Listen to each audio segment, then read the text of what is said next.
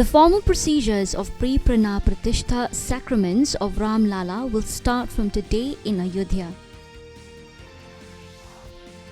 Vice President Jagdeep Dhankar today made a clarion call to the corporate leaders to handhold institutions to promote research and development. Dense fog conditions are prevailing over North India as cold waves continue in the region, affecting train and flight operations. The 54th annual meeting of the World Economic Forum began in Davos amid growing concerns over global conflicts, climate change and deepfake.